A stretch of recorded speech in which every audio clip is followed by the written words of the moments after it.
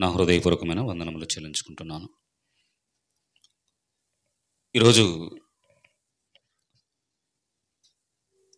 25వ తారీఖు నుంచి ఏం స్టార్ట్ అవుతుంది? రేపు 25, ఈరోజు 24. ఏమి స్టార్ట్ అవుతూ ఉంటుంది? క్రిస్మస్ హడావుడి మొదలవుతూ ఉంటుంది. రాత్రి మనము శనివారము సిద్ధపాటు కూడికలో కొన్ని విలువైన సంగతులు మనము తెలుసుకున్నాం. ఎఫెసీలకు రాసిన పత్రిక 1వ అధ్యాయం నుంచి 3వ వచనం వరకు మనం ఆ యొక్క సందర్భం గురించే, పిల్లవాడు మొదట ఎక్కడ ఉండాలి, ప్రభువునందు ఉంటూ తల్లిదండ్రుల పట్ల ఎలా విధేయత కలిగి ఉండాలో మరి నేర్చుకున్నాం మనం. ఆ యొక్క సందేశాన్ని వినిన తర్వాత పిల్లల పట్ల మనము ఎంత ఆసక్తి కలిగి ఉండాలి అంటే ఏమాత్రము కూడా నిర్లక్ష్యము చేయకూడదు. ఆ యొక్క విలువైన సంగతులు మనము తెలుసుకున్న తర్వాత ఎట్టి పరిస్థితుల్లో కూడా పిల్లల్ని ఏం చేయాలి? ప్రభువునందు ఉంచాలి అని మనము తెలుసుకొని ఉన్నాం. అయితే ఆ యొక్క సందర్భానికి తగినట్లుగానే ఈ యొక్క సందేశము కూడా ఉంటుంది. ముఖ్యంగా పిల్లలను మనము ప్రభువునందు గనక మనము ఉంచలేకపోతే, సంఘములో గనక మనము బిడ్డలను ఎదిగింప చేయలేకపోతే చాలా నష్టపోతాము అనేది కూడా మనము మాట్లాడుకొని ఉన్నాము. అయితే పిల్లవాడు ఎలాంటి వాడు అనేది మనకు తెలియాలంటే అతడు క్రియలను బట్టి మనము చెప్పొచ్చు. వాడు ఎలాంటి పనులు చేస్తున్నాడో వాడు చేసే పనులను బట్టి మనము చెప్పవచ్చు. ఇంట్లో పిల్లలు భాష ఎలా మాట్లాడుతున్నాడు అంటే వాడి భవిష్యత్తుని మనం చెప్పవచ్చు ఆటోమేటిక్గా. అలాగనే కొద్దిగా ఊహకు వచ్చిన తర్వాత వాడు ఎలాంటి స్నేహితులతో తిరుగుతున్నాడు అనేది కూడా, వాడు చేసే స్నేహాన్ని బట్టి వీడి పరిస్థితి ఏమవుతుందో అని మనము ఖచ్చితంగా ఆలోచన చేయాల్సిన బాధ్యత ఉంది. ఎందుకు పిల్లల గురించే పదే పదే మనము ఆలోచన చేయాలి అంటే, దేవుడు మనకు గొప్ప బహుమానాలను అనుగ్రహించాడు. మనల్ని ప్రేమించి ఆ బిడ్డలను మన ద్వారా తన దగ్గరకు చేర్చాలి అని మనకి బిడ్డలను అనుగ్రహించాడు దేవుడు. అలాంటప్పుడు తల్లిదండ్రులు ఎంత బాధ్యతగా వ్యవహరించాలో కూడా దేవుడు గ్రంథములో తెలియజేశాడు. ఆలోచించాం రాత్రి మనం ఈ సిద్ధపాటు కూడికలో. అయితే మనందరము కూడా ఇప్పుడు ఈ హడావుడి స్టార్ట్ అవుతుంది కదా, ముఖ్యంగా క్రైస్తవులమని చెప్పుకుంటున్న మన కుటుంబాల గురించే మనం ఆలోచన చేసుకుందామండి. ఎందుకు అంటే క్రైస్తవులు అని చెప్పుకోబడుతున్న కుటుంబాల పరిస్థితులే బాగాలేదు అని చెప్పటంలో ఎలాంటి సందేహము లేదు. మొదట మన గురించి మనం ఆలోచించుకొని ఆ తరువాత బయట వారిని దేవుని దగ్గరికి తీసుకురావడానికి మనం ఆసక్తి చూపాలి. ముందు ప్రభువును ధరించుకొని ఉన్న మనము, క్రైస్తవ్యము, క్రీస్తును ధరించుకున్న కుటుంబము అని చెప్పుకుంటున్న మన కుటుంబంలోనే ప్రభువుమిచ్చే విధముగా మన కుటుంబాలు ఉంటే మనము ఇతరులకు ఏమి సందేశాన్ని ఇవ్వగలం? అర్థమవుతుందా నేను చెప్పేది? మన బిడ్డలనే మనల్ని ఏం చేయమన్నాడు? ప్రభువునందు ఉంచమన్నాడు. మన బిడ్డలనే మనము ప్రభువులో ఉంచకపోతే బయట వారికి మనము ఏమి సందేశము ఇవ్వగలము? ప్రభువు గురించి ఎలా వారికి గొప్పగా చెప్పగలము? చెప్తే ఏమంటారు? మొదట నీ సంగతి నువ్వు చూసుకునే పరిస్థితులు సమాజంలో ఎదురవుతూ ఉన్నాయి. అందుకనే దేవుడు సంఘంలో బిడ్డలు ఎలా ఉండాలో, సంఘంలో మనం ఎలా ఉండాలో అని ప్రతిసారి కూడా హెచ్చరిస్తూ వాక్యం ద్వారా ఉన్నాడు దేవుడు. చూడండి, ఈ క్రిస్మస్లో బిడ్డలు ఎక్కువగా దేనికి ఆసక్తి చూపుతూ ఉంటారంటే, చూడండి, యవనస్తులు ఎక్కువగా ఈ రేపు 25వ తారీఖు మొదలుకొని క్రిస్మస్ 25వ తారీఖు వరకు మందిరానికి పోవటానికి ఎంతో ఆసక్తి చూపుతారు. ఏది? ఈ క్రిస్మస్ సీజన్లో. ఎందుకు? ఎందుకో తెలుసా? అక్కడ డ్యాన్సులు, స్క్రిప్టులు, రకరకాలుగా వారి ఆ వేషాలు చూస్తుంటే చాలా బాధ అనిపిస్తుంటుంది ప్రియులారా. ఈ సందర్భాన్ని పురస్కరించుకొని, ఈ క్రిస్మస్ సందర్భాన్ని పురస్కరించుకొని చక్కగా వాక్యాన్ని ప్రకటిస్తూ అనేకులను దేవునిలో నిలబెట్టేవారు అనేకులు ఉన్నారు. వారి గురించి నేను మాట్లాడట్లేదు. కానీ ఈ క్రిస్మస్ని అంటే రేపు నవంబర్ 25వ తారీఖు నుంచి డిసెంబర్ 25వ తారీఖు వరకు యవనస్తులు, సంఘంలో ఉన్న చిన్నపిల్లలు ఎలాంటి పరిస్థితులకు ఎక్కువగా ఆకర్షణ అవుతున్నారు అంటే డ్యాన్సులకి, స్క్రిప్ట్లకి, ఆటపాటలకి, అల్లరతో కూడిన ఆటపాటలకి అలవాటైపోతున్నారు. అవి ఆ నెల వరకు ఎంజాయ్ చేస్తూ ఉంటారు. వారికి నేర్పవలసిందేంటి? దేవుడు ఏం చెప్పాడు? ప్రభువునందు ఉంచమని చెప్పినప్పుడు మనము ప్రభువునందు ఉంచకోకుండా వారిని ఆటపాటలకు, అల్లరికి వారిని ఎక్కువగా అంటే అలాంటి డ్యాన్స్లకు ఎక్కువగా పిల్లలు కనెక్ట్ అయిపోతే నిజమండి, సినిమా పాటలు ఎలా ఉంటున్నాయో యేసుక్రీస్తు వారిని కూడా జోడించి ఆ పాటలకు అలాగా ఆ పాటలను తయారు చేసుకొని వీరు ఇష్టం వచ్చినట్లుగా ఆ రీతిగా స్క్రిప్ట్లు, డ్యాన్సులు వేస్తూ ఉన్నారు. అది ఎంజాయ్మెంట్గా ఉందిలే, కానీ మరి ఏమాత్రము కూడా ఇది నా ప్రభువు మెచ్చుకునే విధంగా ఉందా లేదా అనేది ఎవరూ కూడా ఆలోచన చేయట్లేదండి. ప్రభువు దగ్గరికి వస్తే ఇలా ఆనందంగా ఎగురుతూ ఉన్నవారు ఎవరన్నా ఉన్నారా? గతంలో సువార్త భారాన్ని మీద వేసుకొని ఎందరికో సువార్తను ప్రకటించి ఆయన త్యాగాన్ని తెలియచేసి అనేకులను రక్షణ మార్గంలోనికి తీసుకొచ్చారు. కానీ ఇలాంటి అల్లరతో కూడిన ఆటపాటలు ఎప్పుడూ కూడా వాక్యం సపోర్ట్ చేయదు ప్రియులారా. అయితే మనం ఈ విషయం పట్ల అవగాహన కలిగి ఉండాలి. నేను మీకు పదే చెప్తూ ఉంటాను, పిల్లలను ఖచ్చితంగా ప్రభువునందు ఉంచటానికి ఎక్కువగా ఆసక్తి చూపండి అని. ఆసక్తి చూపకపోతే నష్టం ఎలా జరుగుతుందో కూడా మనం మాట్లాడుకుని ఉన్నాము. ఎందుకు ఈ నిర్లక్ష్యము అంటే చాలా నిర్లక్ష్యంగా ఉంటున్నాం ప్రియులారా. చూడండి, వాడు ఎలా ఉన్నాడో ఒక్కసారి మనం ఎలా చెప్పొచ్చో దైవ గ్రంథంలో మనకు దేవుడు తెలియజేస్తున్నాడు. సామెతల గ్రంథము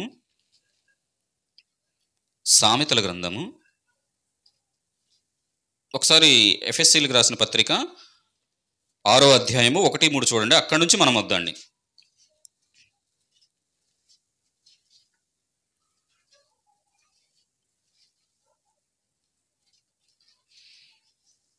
ఆరో అధ్యాయము నుంచి 3వ వచనం వరకు. 6వ అధ్యాయం 1వ వచనం నుంచి 3వ. పిల్లలారా, ప్రభువునందు మీ తల్లిదండ్రులకు విధేయులై ఉండుడి, ఇది ధర్మమే. నీకు మేలు కలుగునట్లు ఏమంటున్నాడండి? నీ తల్లిని తండ్రిని సన్మానింపుము. బిడ్డలను ప్రభువునందు ఉంటూ తల్లిదండ్రులను ఎలా గలపరచాలో, ఏ విధంగా ఉండాలో మాట్లాడాడు. ఇక్కడ మనము సామెతల గ్రంథంలోనికి వచ్చి చూసుకున్నట్లయితే 20వ అధ్యాయము 11వ వచనములో, బాలుడు సహితము తన నడవడి శుద్ధమైనదో కాదో, యథార్థమైనదో కాదో తన చేష్టల వలన తెలియజేయును. ఏం చెప్తున్నాడు? వాడు ఏ పరిస్థితిలో ఉన్నాడో తన నడవడి శుద్ధమైనదో కాదో, యథార్థమైనదో కాదో తన చేష్టల వలన తెలియజేయచ్చు, తెలుసుకోవచ్చు. మనం ఎలా ఉన్నాడు నా బిడ్డ? నేనైతే ప్రార్థనకు వెళ్ళి వస్తూ ఉన్నాను, మరి నా బిడ్డ ఎలా ఉన్నాడు? వీడు రోడ్లెమ్మటి బైరేగులా తిరుగుతూ ఉన్నాడు, వీడు రోడ్లెమ్మటి సినిమాలు షికారులు చేస్తూ ఉన్నాడు, అల్లరికి కర్తయి ఉన్నాడు. వీడి పరిస్థితి ఏంటి? దేవుడు ఇక్కడ ఖచ్చితంగా చూడండి, మనకు తెలియజేస్తుంది. వాడి చేష్టలు ఎలా ఉన్నాయో లేదో మనకు తెలుస్తుందా లేదా? ఇప్పుడు ఖచ్చితంగా ప్రభువునందు ఉంటూ దేవుని ఆరాధిస్తూ చక్కగా సన్నిధిలో ఆత్మీయంగా ఎదుగుతున్నాడు అనుకోండి, వాడి గురించి మనం ఏం ఆలోచిస్తాం? చక్కగా బిడ్డ భక్తిపరంగా ఉన్నాడని మనం చెప్పగలం. అలాగే వాడు చెడ్డ అలవాటులతో ఉన్నాడు అనుకోండి, వాడు శుద్ధంగా ఉన్నాడు, పరిశుద్ధుడని మనం చెప్పగలమా? చెప్పలేం కదా. వీడు చెడు స్వభావంతో ఉన్నాడు, చెడు ఆలోచన కలిగి ఉన్నాడు అన్నప్పుడు నీ బిడ్డను అలా చూసి వదిలేస్తావా? వదిలేస్తావా? వదిలేస్తే ఏం నష్టం జరుగుతుంది? చాలా భవిష్యత్తులో చాలా దెబ్బతింటాడు. దేవుడు ఎందుకు ఈ హెచ్చరిస్తూ మనలను ఈ మాటలను మనకి తెలియజేస్తున్నాడు అంటే, మన కుటుంబాలను కట్టుకోవాలటానికి దేవుడు వినిపింపజేస్తున్నాడని గ్రహించాలి ప్రియులారా. మనము నొచ్చుకోకూడదు. వాక్యము మాట్లాడుతున్నప్పుడు, వాక్యము నీతో నాతో సూటిగా మాట్లాడుతున్నప్పుడు ఎక్కడా కూడా నొచ్చుకోకూడదు. ఇది నా ప్రభువు నాకు చెబుతున్నాడు, ముందుగానే నన్ను హెచ్చరిస్తున్నాడు, నా బిడ్డలకు ప్రమాదంలో ఉన్నారేమో, ఉంటే ఒకవేళ సరి చేసుకోవటానికి దేవుడు అవకాశం కల్పిస్తున్నాడు అనేది తల్లిదండ్రులుగా మనం ఏం చేయాలి అంటే సరి చేసుకోవాలి. బిడ్డలను సక్రమైన మార్గంలో పెట్టడానికి మనం ప్రయత్నం చేయాలి ప్రియులారా, ప్రయత్నం చేయాలి. చూడండి, ద్వితీయోపదేశ కాండము పూర్వమందే ఒక గొప్ప ఆజ్ఞ ఒకటి ఉంది. చూడండి, ద్వితీయోపదేశ కాండము 6వ అధ్యాయము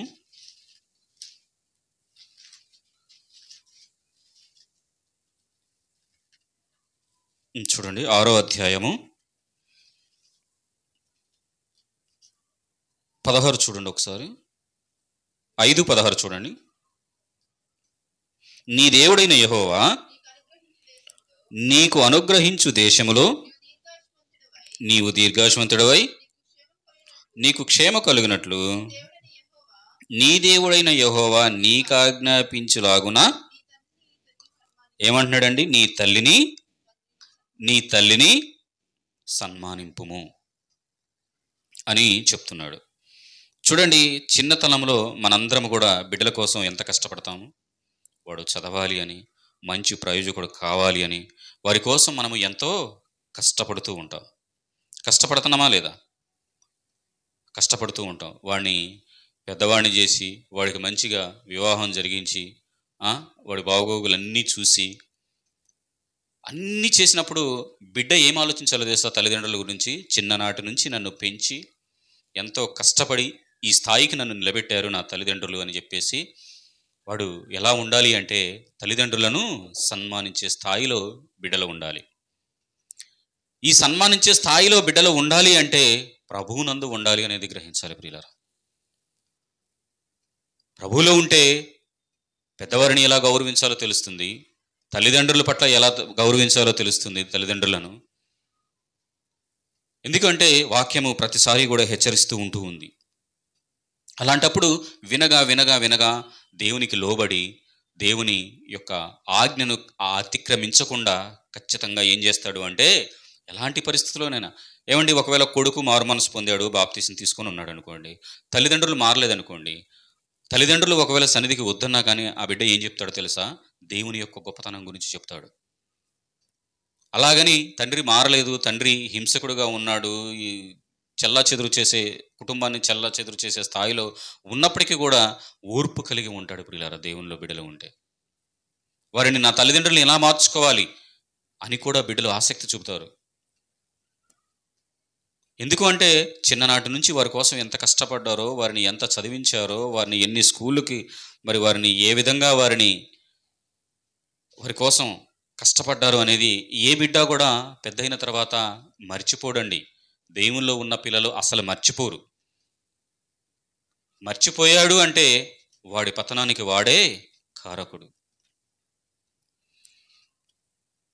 చూడండి, ప్రభువైన యేసుక్రీస్తు వారు మాట్లాడుతున్న ఒక చక్కని సందర్భాన్ని మనం చూసుకుందండి. మార్కు గారు రాసిన సువార్త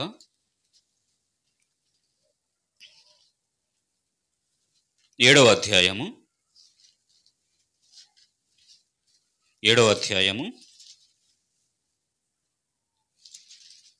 10వ వచనం చూడండి. నీ తల్లిదండ్రులను ఘనపరచవలననియు తండ్రినైనను తల్లినైనను ఏమంటున్నాడు? దూషించు వానికి మరణశిక్ష విధింపవలననియు మోషే చెప్పిన కదా. ఎప్పుడు చెప్పాడండి? అప్పటి సందర్భాన్ని యేసుక్రీస్తు వారు ఎప్పుడు గుర్తు చేస్తున్నాడు?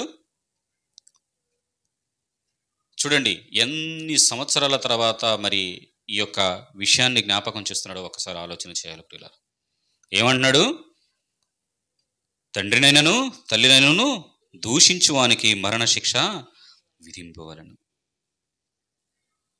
ప్రభు మాటలు చాలా గొప్ప ప్రియులరా. ఇవి బిడ్డలను సక్రమైన మార్గంలో నడిపించే మాటలు. ప్రతిరోజు బిడ్డలు లెగవగానే ప్రార్థన చేస్తున్నారా లేదా? ప్రతిరోజు లెగవగానే బైబిల్ చదువుకుంటున్నారా లేదా? ప్రతి ఆదివారము ఇంకా సంఘ క్రమాలలో బిడ్డలు పాల్గొంటున్నారా లేదా అని పెద్దవారమైన మనందరము కూడా ఏం చేయాలి? బిడ్డలను గమనిస్తూ ఉండాలి. ఏమండి, నేను ఒక మాట అడుగుతాను. వాడు పనిచేసి ఇప్పుడు జీతం వచ్చిందనుకోండి, బిడ్డ ఎవరికి ఇస్తారు? తల్లికే ఇస్తాడు కదా. ఇవ్వలేదనుకోండి, ఏం చేస్తారు? ఎందుకు ఇవ్వలేదురా అని చెప్పేసి వాడి మీద పోట్లాడతారు, గొడవ పడతారు, ఇంకా రకరకాలుగా ఉంటుంది పరిస్థితి. మరి దేవుని సన్నిధికి పోనప్పుడు కూడా నీవు అదే విధముగా ఖచ్చితంగా అర్థమయ్యే రీతిగా చెప్పాలి. వేరే వేరే విషయాలకు నీ మాట వినినప్పుడు దేవుని మాటకు ఎందుకు లోబడ్డాడు? లోబడకపోతే ఏమంటున్నాడు? ఒకవేళ నీకు ఎదురు తిరిగి నిన్ను దూషించే స్థితికి వచ్చాడు అనుకోండి, ఏమవుతుంది? మరణశిక్ష విధింపవలనని మోషే చెప్పాను కదా. మనము భయపడాలి ఇలాంటి మాటలు వినినప్పుడు. నా బిడ్డ పరిస్థితి ఏంటి? వేదనకరమైన పరిస్థితికి వెళ్ళిపోతాడే, వీడిని నిత్య జీవానికి చేర్చాలే, నేను మారు మనసు పొంది నేను రక్షణ పొంది ఉన్నాను కదా, నా కుటుంబాన్ని అంతటిని కూడా దేవుని సన్నిధికి ఎలా తీసుకురావాలి అని మనం ఖచ్చితంగా ఎక్కువగా దేవుని దగ్గర ప్రార్థించాలి. వారికి వీలైనంత విధంగా మనం ఏం చేయాలి అంటే దేవుని మాటల దగ్గరికి వినడానికి తీసుకుని రావాలి. ప్రియులారా, అనుకుంటాం ఎక్కడ వింటున్నారు నా మాట, వేరే వేరే విషయాల్లో వింటలేదా? ఒకసారి మనం ఆలోచన చేసుకుందాండి. ఏమండి, మనలను ప్రేమించేవారు ఎప్పుడైనా సరే కఠినంగానే మాట్లాడతారు. వాక్యము నీతో నాతో మనందరితో ఎందుకు కఠినంగా మాట్లాడుతుందో తెలుసా? మనలను ప్రేమిస్తున్నాడు గనక. మీరు దీవించబడతారు, మీరు ఆశీర్వదింపబడతారు, మీరు ఎన్నో మేలులు పొందుతారు అనే మాటలు చాలా ఉన్నాయి.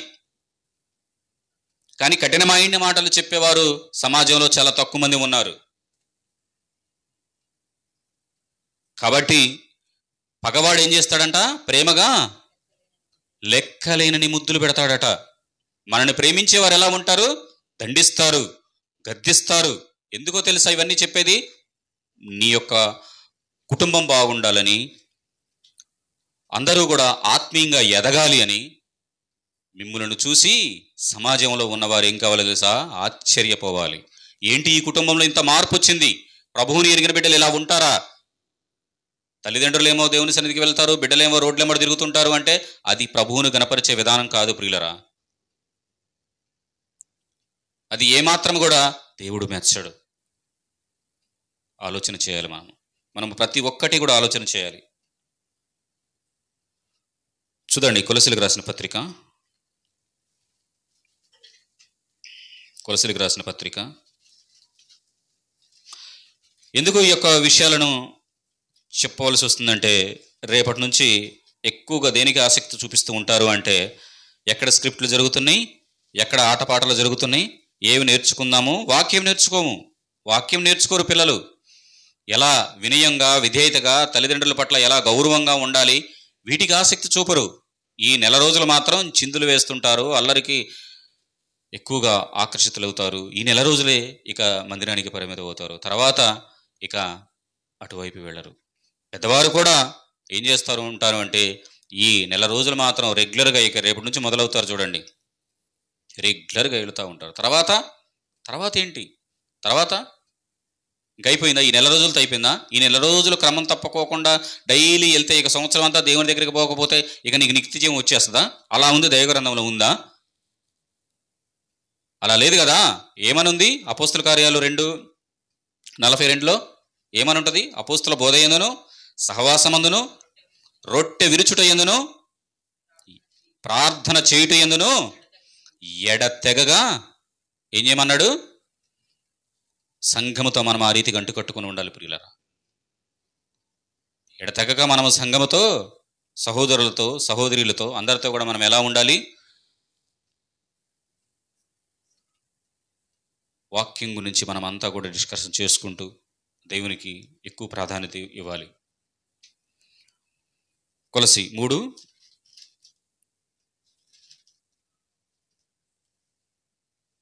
20 చూడండి ఒకసారి. పిల్లలారా, అన్ని విషయములలో మీ తల్లిదండ్రుల మాట వినుడి, ఇది ప్రభువును బట్టి మెచ్చుకొన తగినది. తండ్రులారా, మీ పిల్లల మనసు కృంగకుండునట్లు వారికి కోపము పుట్టింపకుడి. ఎందుకు చెప్తున్నాడు తెలుసా? రేపటి రోజున వాడు భవిష్యత్తు కనుక బాగాలేదంటే నీ మీదే తిరుగుబాటు చేస్తాడు.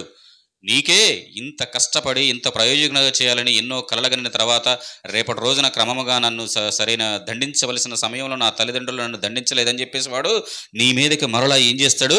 తిరుగుబాటు చేస్తాడు. ఎఫెసీ 6:1.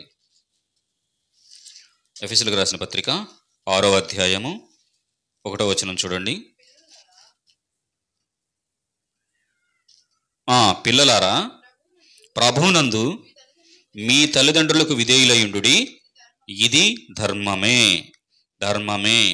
ఏది ధర్మము? ప్రభువు మన కోసం త్యాగం చేశాడు, నా కోసం ప్రాణం పెట్టాడు, పాపిగా ఉన్న నన్ను, ఎన్నిక లేని నన్ను ఎన్నుకొని నాకు రక్షణ మార్గం ఇచ్చాడు అని ఆయన నా రక్షకుడిని అంగీకరించి ఆయన చెప్పిన విధముగా జీవించటం అదేంటి? అది ధర్మమే. అలాగని నీ తల్లిదండ్రులు నీ కోసం చిన్నప్పటి నుంచి కష్టపడి పెంచి పెద్ద చేసి మరి ఇంత స్థాయికి తీసుకొచ్చిన తర్వాత నీ తల్లిదండ్రులను సన్మానించటం కూడా ధర్మమే. ప్రాణం పెట్టిన మహనీయుడిని ఘనపరచాలి, ఆయనను ఆరాధించాలి, ఆయనను స్తుతించాలి, ఆయనకి సర్వస్వము, ఆయనే నా ప్రభు అనే విధంగా నీ యొక్క జీవితాన్ని ఆయనకు అప్పగించుకోవాలి. ఏమండి, మన గర్భాన పుట్టిన బిడ్డలు మనల్ని గౌరవించుకోకుండా మనకు వ్యతిరేకంగా తిరిగితే మనం ఎంత బాధపడతామో తెలుసా? వేదనకు గురవుతామా లేదా? అసలు నిద్రపోతామా? మనము నిద్ర పడుతుందా? మనశ్శాంతి ఉంటుందా? తిన్న కూడు కూడా ఒంటికి పట్టదు, మనశ్శాంతి ఉండదు, నిమ్మళ ఉండదు. రక్షణలోనికి వచ్చిన తర్వాత మనము కూడా ఎలా ఉండాలి? ప్రభువుని ఘనపరిచే రీతిగా ఉండాలి. ఎక్కడా కూడా ప్రభు నామమునకు మనము మచ్చ తెచ్చే విధముగా మన ప్రవర్తన ఎక్కడా కూడా ఉండకూడదు. ప్రియులరా, ఉండకూడదు.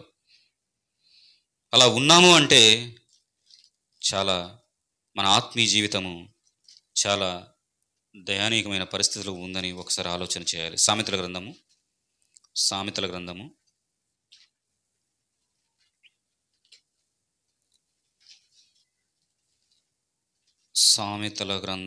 23వ అధ్యాయము. సామెతల గ్రంథము 23వ అధ్యాయము చూడండి, 24-25 వచనాలు. నీతి 24 అంతే, ఓకేనమ్మా. నీతిమంతుని తండ్రికి అధిక సంతోషము కలుగును, జ్ఞానము గలవానిని కనినవాడు వాని వలన ఏమవుతాడంట? ఆనందపడతాడంట. నీతిమంతుని తండ్రికి అధిక సంతోషము కలుగును. ఏమండి, బిడ్డ ప్రయోజకుడు అంటే ఎంత సంతోషపడతాడండి? ఉంటుందా లేదా మనకు సంతోషం? అలాగే మనం అందరం కూడా దేవుని గణపరిస్తే దేవునికి ఎంతో ఆనందంగా ఉంటుంది. నీ తల్లిదండ్రులను నీవు సంతోష పెట్టవలెను, నిన్ను కనిన తల్లిని చూడండి ఏమన్నాడు? ఆనందపరచాలి. ఏమండి, నవమాసాలు మోసి ఎంతో కష్టపడి బిడ్డ కోసం నిజంగా ఆ వేదన ఎలా ఉంటుందంటే, తల్లి పడే ప్రసవ వేదన నిజంగా అది వర్ణనాతీతం. ఎందుకంటే ప్రభు అయిన యేసుక్రీస్తు వారు నా కోసం నీ కోసం కూడా ఎంత వేదన పడ్డాడో తెలుసా? రక్షణలోనికి నడిపించడానికి ప్రభు తను చేసిన త్యాగము మనందరికీ తెలిసిందే. పాపపు మార్గంలో ఉన్న మనలను తప్పించి మరి ఈ యొక్క రక్షణ మార్గంలో నడిపించిన ఆ మహనీయుడు ఎంత వేదన పడ్డాడో. మరి ఆయనలో మనము జన్మించిన తర్వాత మనం ఎలా ఉండాలి? ప్రభువుని మరలా గాయపరిచే జీవితాలు మనం జీవిస్తున్నామా? నీకు ఎదురు తిరిగితే ఏమవుతుంది? నా కడుపున నువ్వు ఎందుకు పుట్టావురా అంటారు. ఏమంటారు? నా కడుపున నువ్వు చెడబుట్టావు అంటారు, నా కడుపున నువ్వు ఎందుకు పుట్టావు అంటారు, ఎన్నో మాటలు అంటావు. నీకు నచ్చే విధముగా, నువ్వు మెచ్చే విధముగా లేకపోతే.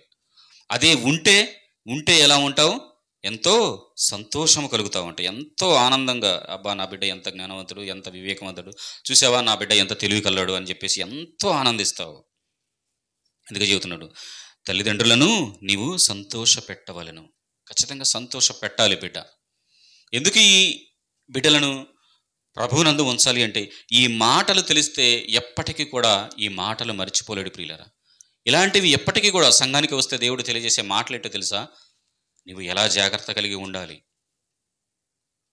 నీ ఆత్మీయ జీవితాన్ని ఎలా నిలుపుకోవాలి, నీ తల్లిదండ్రులను ఎలా గౌరవించాలి, పెద్దవారిని ఎలా గౌరవించాలి, సమాజంలో ఎలా ఉండాలి, ఎంత వివేకం కలిగి ఉండాలి అని మనము నిర్లక్ష్య పెడితే ఈ యొక్క విలువైన సంగతులు తెలియవు ప్రియులారా. ఇప్పుడు మీ బిడ్డలను తీసుకురాలేదు, ఏం చేయాలి చెప్పండి? ఏం చేయాలి? ఈ మాటలు మరలా ఎలా తెలుస్తాయి? నష్టమా కాదా? ఇది నష్టమా కాదా? మరలా మనకు అవకాశం దొరుకుతుందా? ఈరోజు మాట్లాడుకున్న మాటలు మనం రేపు మళ్ళీ మాట్లాడుకుంటామా? లేదు కదా. మళ్ళీ వేరే సందర్భం. ఈరోజు సంఘంలో దేవుడు నాకు ఏ మాటలు వినిపింపజేస్తున్నాడో, ఏ మాటలు వినటం ద్వారా నా ఆత్మీయ జీవితం కట్టబడుతుందో, దేవుడు నాకు వినిపించడానికి ఏం సిద్ధపరిచాడో అని చెప్పేసి ఆసక్తి కలిగి వచ్చి నిలబడకపోతే ఏమైపోతుంది అంటే, మనకు తెలియకోకుండా ఏం పెరుగుతుంది? మనకి దూరం పెరుగుతూ ఉంటుంది ప్రియులారా. దూరం పెరుగుతూ ఉంది అంటే నిన్ను గౌరవించడు, నిన్ను సన్మానించడు, నీతో ఎలా ప్రవర్తిస్తాడు అంటే నీకు నచ్చే విధముగా బిడ్డ ప్రవర్తన ఉండదు, దేవుడు మెచ్చే విధంగా అసలే ఉండదు. అలాంటి జీవితం జీవించడం వల్ల ఏమాత్రం ప్రయోజనకరమా? కాదు కదా. కాబట్టి ఆలోచన చేసుకోండి ప్రియులారా. ఈ మాటలు చాలా కష్టం, అన్ని చోట్ల దొరకవు. వెళ్ళామా, వచ్చామా, అయ్యగారితో ప్రార్థన చేయించుకున్నామా, మీకు ఏవేవో కలిసి వస్తాయి, ఇవే వస్తాయి. కానీ కుటుంబాలను కట్టుకునే మాటలు చాలా తక్కువ చోట్ల ఉంటాయి ప్రియులారా. అలాంటి వాటికి మనం ఏం చేయాలి అంటే లోబడాలి. ఇక జీవితాంతం ఇలానే ఉంటాయి మన జీవితాలు. లోబడుకోకుండా ఇష్టం వచ్చినట్లుగా, ఒక క్రమం అనేది లేకుండా, ఒక పద్ధతి లేకుండా మన ఇష్టం వచ్చినట్లు ఉంటే ఏంటి ప్రయోజనం?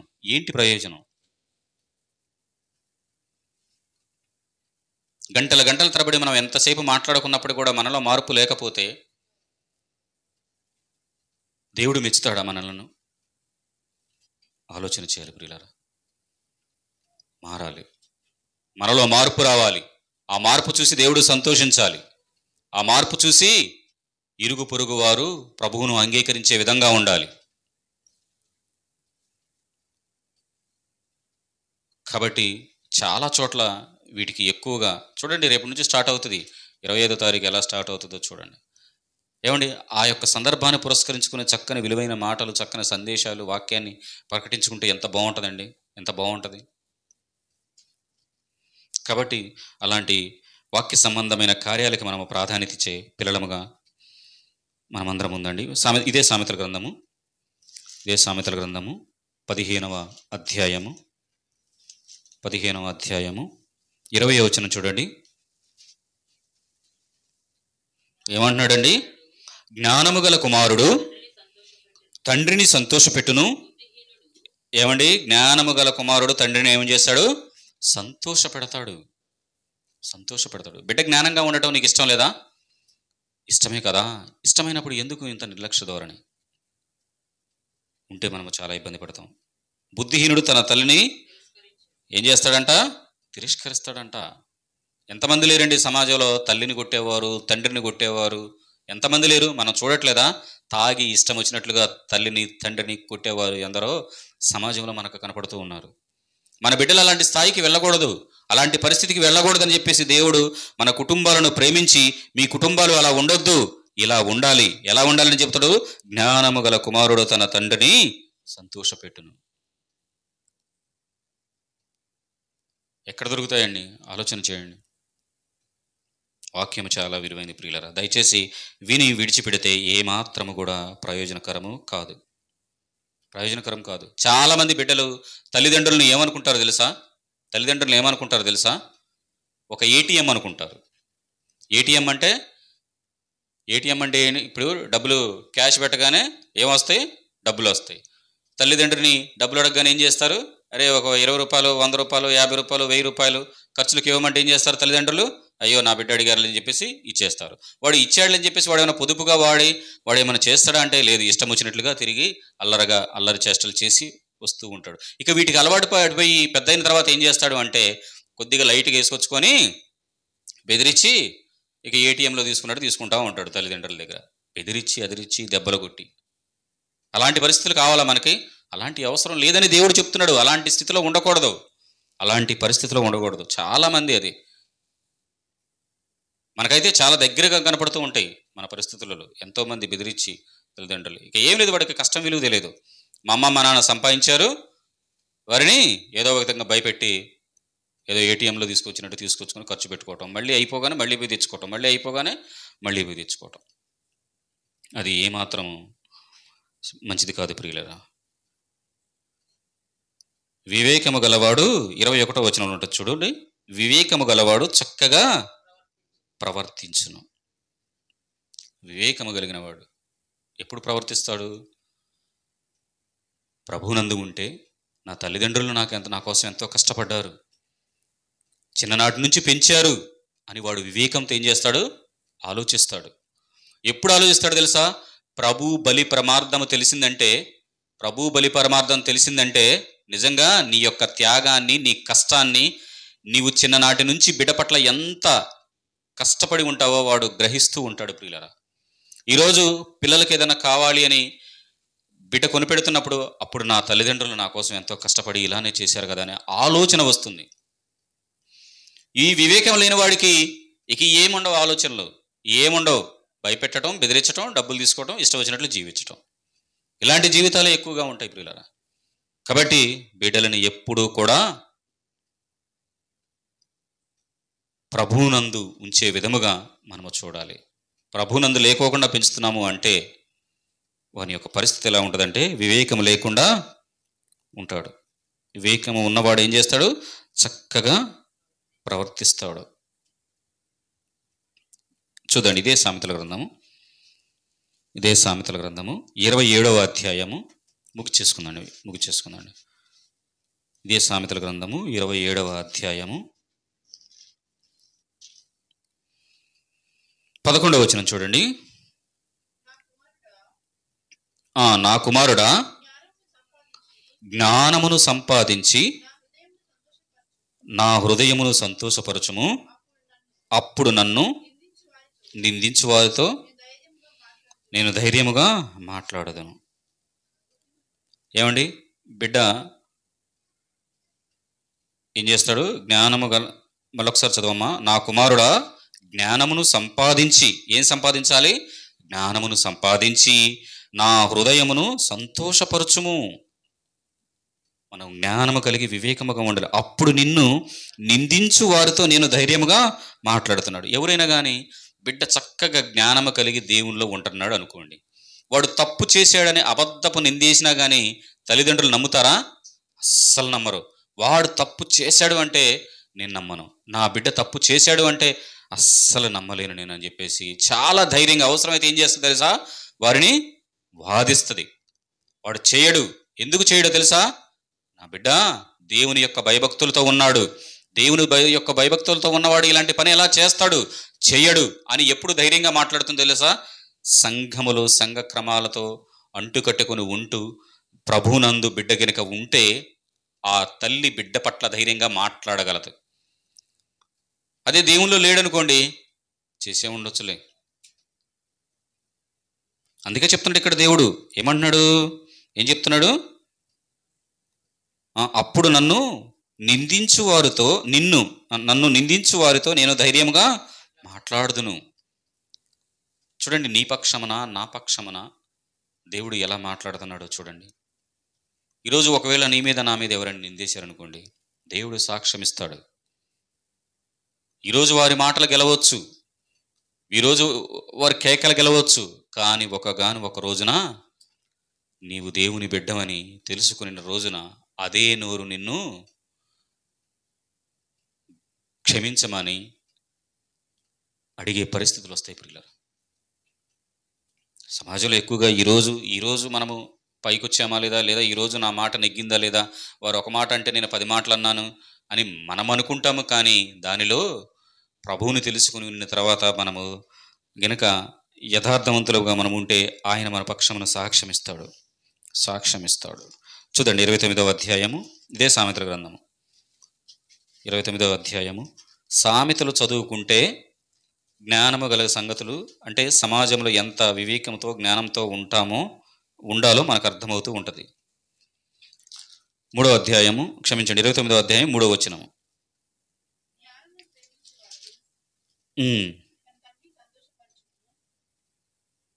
3వ వచనమేనమ్మా. జ్ఞానమును ప్రేమించేవాడు తన తండ్రిని సంతోషపరచును. ఎవరితోనంట? వేశ్యలతో సాంగత్యము చేయువాడు అతని ఆస్తిని పాడు చేయును. వేశ్యలంటే ఎవరు? ఆలోచన కలిగి ఉన్నవారితో స్నేహం చేశాడు అనుకోండి, ఏం చేస్తాడు? ఆస్తిని పాడు చేస్తాడు. నువ్వు సంపాదించి కోట్లు కూడబెట్టినప్పటికీ కూడా వాడు దుర్వ్యసనాలకు అలవాటు పడి సాతాను సంబంధమైన క్రియలకు వాడు దగ్గరైపోయి వాటన్నిటిని కూడా ఏం చేస్తాడు? వారితోనే సాంగత్యం చేస్తాడు. వేశ్యలతోనే, సాతాను సంబంధమైన అలవాట్లు ఉన్నవారితోనే సాంగత్యం చేస్తాడు. వాడు ఏం చేస్తాడంటే ఆ ఆస్తిని అంతటినీ కూడా పాడు చేస్తాడు. ఈరోజు కష్టపడి మనము రెక్కల కష్టంతో లక్షల వ్యవధితో స్థలాలు కొనుక్కుంటూ, ఇల్లులు కట్టుకుంటూ, కూడబెట్టుకుంటూ వారి భవిష్యత్తుకు బాగుండాలని చెప్పేసి మనం చేస్తాం. కానీ వాడు దేవునిలో ప్రభువునందు లేకపోతే ఏమైపోతాడో తెలుసా? వేశ్యలతో సాంగత్యం చేస్తాడు. ఎలా ఉంటున్నాడు నా బిడ్డ అనేది గ్రహించాలి. ఎవరితో స్నేహం చేస్తున్నాడు గ్రహించాలి. బిడ్డ బయటికి వెళ్ళాడంటే ఎవరితో తిరుగుతున్నాడు, పక్కన తిరిగేవాడితో ఎలాంటి అలవాట్లు ఉన్నాయి, వారు ఎలాంటి భాష మాట్లాడుతున్నాడు, ఎలాంటి అలవాట్లు ఉన్నాయి, అన్నిటిని కూడా తల్లిదండ్రులు పరిగణలోకి తీసుకుని ప్రతి ఒక్కటి కూడా ఆలోచన చేయాలి. వాడితో తిరిగితే రూపాయికి రూపాయి కలిసి వస్తుందని చెప్పేసి వదిలేసామనుకో, ఏమవుతుందో తెలుసా? భవిష్యత్తులో నీవు సంపాదించిన ఆస్తిని కూడా స్థిరంగా ఉంచలేడు, దానిని కూడా పాడు చేస్తాడు. వీడి సంపాదించేది తగలబెడతాడు, నువ్వు సంపాదించింది కూడా పాడు చేస్తూ ఉంటాడు. కాబట్టి మొదట బిడ్డలను దేవుని యందు భయభక్తులతో ఉంచాలి ప్రియులారా. అందుకనే చెప్తాడు, జ్ఞానమును ప్రేమించేవాడు తన తండ్రిని సంతోషపరచును. తండ్రి సంపాదించిన దాన్ని చక్కగా నిలబెడతాడు, అంతకంతకు కూడబెడతాడు. తను సంపాదించి ఇంకా మంచి పొజిషన్లో తన బిడ్డలను కూడా ఉన్నతమైన స్థానంలో నిలబెడతాడు. ఎప్పుడు? ప్రభువునందు ఉంటే. నేను ఎందుకు ప్రతి ఒక్కసారి కూడా ఈ యొక్క విషయాన్ని మెన్షన్ చేస్తున్నాను అంటే, మనము మర్చిపోకూడదు. మొదట దేవునికి ప్రాధాన్యత ఇవ్వాలి. ఎవరితో స్నేహం చేస్తున్నారో ఖచ్చితంగా మనము గ్రహించాలి ప్రియులారా, గ్రహించకపోతే చాలా నష్టపోతాం. ఇదే సామెతల గ్రంథం 17వ అధ్యాయం, ఇక చేసుకున్నాం. 17వ అధ్యాయము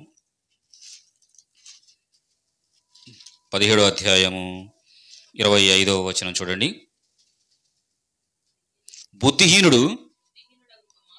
బుద్ధిహీనుడగు కుమారుడు తన తండ్రికి దుఃఖము తెచ్చును. బుద్ధిహీనుడు ఏం చేస్తాడు? దుఃఖం చేస్తాడు. ఏమండి, ఆస్తినంతా సంపాదించిందంతా పాడు చేస్తుంటే తండ్రి ఏమన్నా ఆనందం ఉంటాడా? తిన్నది కూడా వంట పట్టదు. ఇక ఆ బాధ ఎవరికి చెప్పుకోలేడు. ఒకవేళ వాడిని ఏంటి అని ప్రశ్నించామంటే, అంటే ఆ స్థాయికి వచ్చి ఖర్చు పెట్టి ఆస్తిని మరి నష్టం చేసే స్థాయికి వచ్చాడంటే ఏ స్థాయికి ఉంటాడు? ఎదిరించగలిగే స్థాయిలో కూడా ఉంటాడు. ఏం చేస్తాడంట? దుఃఖము తెస్తాడు. అతడు ఏం చేస్తాడంటే దుఃఖము తెస్తాడు. కాబట్టి ఆలోచన చేయండి. కొద్దిగా కష్టంగా అనిపించవచ్చు, మనసును నొచ్చుకోవచ్చు. ఏంటి, నా పిల్లలు రాలేదనేగా ఈ మాటలు అని ఒకవేళ మీ మనసు కనిపించవచ్చు. కానీ ఎందుకు ఈ మాటలు చెప్తున్నాడో తెలుసా? నీ కుటుంబం బాగుండాలని చెబుతున్నాడు, నీ బిడ్డల భవిష్యత్తు బాగుండాలని దేవుడు చెబుతూ ఉన్నాడు. 19వ అధ్యాయము 26వ వచనం చూడండి. తండ్రికి కీడు చేసి తల్లిని తరిమివేయవాడు అవమానమును అపకీర్తిని కలుగు చేయవాడు. ఏమంటున్నాడు? ఫైనల్గా అయిపోయింది. ఏమంటున్నాడు? తండ్రికి కీడు చేసి తల్లిని ఏం చేస్తున్నాడంట? తరిమివేడు. తండ్రిని ఏమో కీడు చేస్తున్నాడు, తల్లిని తల్లిదండ్రులను ఇంట్లో నుంచి పంపించేసి అనాథాశ్రమంలో పంపిస్తూ ఏమండి, భార్యకి అత్తకి పడట్లేదు అనుకోండి, ఏం చేస్తాడు? ఏం చేస్తున్నారు ఇప్పుడు? ఇప్పుడు అందరూ కూడా ఏం చేస్తున్నారు? అనాథ శరణాలు, వృద్ధాశ్రమాలకు పంపిస్తున్నారు లేదా? వెళ్ళి చూడండి. ఏదైనా సందర్భం వస్తే నాయకులు చాలామంది కూడా వారి పుట్టినరోజులకి అలాంటప్పుడు వృద్ధాశ్రమాలు ఎక్కడున్నాయి అని చెప్పేసి వెళ్ళి వారికి భోజనాలు పెడుతూ ఉంటారండి. అలాంటప్పుడు ఆ తల్లులు, ఎందుకంటే మేము కూడా అలాంటి సమయంలో ఒక్కొక్కసారి కవర్ చేయడానికి వెళ్ళినప్పుడు ఆ తల్లులు గడగడలాడుతూ ఆ ముద్ద కోసం ఎంతో విలవిల్లాడిపోతూ ఉంటారు. వారి ఆ బిడ్డల కోసం చిన్ననాటి నుంచి ఏం చేశారు?